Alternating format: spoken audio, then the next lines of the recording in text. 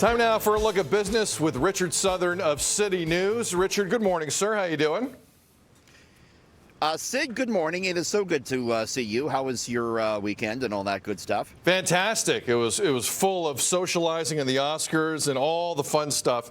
But it was fun for me because I don't run a bank. And I'm no economist, Richard, but when banks start failing, not a good sign. What's the latest out of the States? Yeah, it's an old-fashioned run on banks in the States. Not what you want to see. Kind of think of like, It's a Wonderful Life, run on the bank, everyone rushing to take their money out. We saw that situation play out, Sid, late last week with a bank called Silicon Valley Bank based out of California. It was the 16th largest bank in the United States. And I say was because U.S. regulators had to come in and take control of that bank on Friday following a run on deposits. New this morning, Canada's banking regulator says it has temporarily seized the assets of the Canadian branch of Silicon Valley. What happened with this bank was they made a lot of big bets on the bond market. And then we had interest rates go up, which made those bets go south. People got fearful, started taking out their money. Also new this morning, Silicon Valley's UK division has been bought by HSBC for, get this, £1 British pound. That's $1.66 Canadian. The worry is contagion. Is this going to keep happening? And Sid's Signature Bank, a smaller U.S. bank last night, also got taken over by U.S. regulators. This could cause some turbulence on the stock markets this morning, although right now S&P and NASDAQ futures are indicated higher. But certainly this is a big worry for investors this morning. Well, there is some silver lining here, Richard, before we move on. The White House last night did say, in terms of Silicon Valley assets, those people in the States who wanted to, say, take some out today will be allowed to. So that, I think that's the right decision, especially if any government can afford it. That's the right call. Go ahead.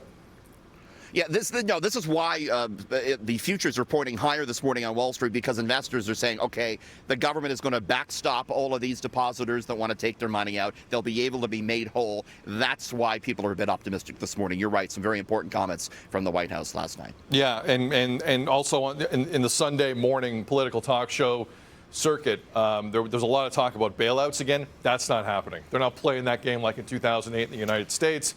Again, just some things you want to hear from a government the size of the United States at a moment like this, and we're hearing them. Hopefully the run on banks closing ends with this piece of news. Okay, attention to anyone who really likes their air miles. Richard, what do you got? And a lot of Canadians do, right? This is, the little blue card. It's Canada's largest loyalty program, Sid, 10 million users. A lot of worry late last week when the parent company of Air Miles filed for bankruptcy, but then Friday in swooped the Bank of Montreal. Bank of Montreal buying the Canadian side of Air Miles, and they are saying now, hey, if you got your Air Miles, don't worry about your points. Everything will be business as usual. You'll be able to use your points. And a lot of the experts in the points field I'm talking to say they feel that Bank of Montreal kind of had to swoop in and buy this because they got a lot of co-branded credit cards with Air Miles. And the worry is that if that program went belly up, Bank of Montreal would lose a lot of credit card customers. So good news this morning. If you're collecting those Air Miles, you can still go ahead and book yourself a little vacay, Sid. And finally, Richard, we're going to talk a lot of Oscars here on the show. The 95th Oscars wrapped up last night. One day, Richard, you will be there. One day, I will be there. And then when we show up... I'll thank you, by the way. I will thank you, Sid. I'd like to thank Sid for getting me to this point. You know what? If I get invited, you're my plus one, Richard, just so you know. You and I, red carpet. Walking that red carpet together.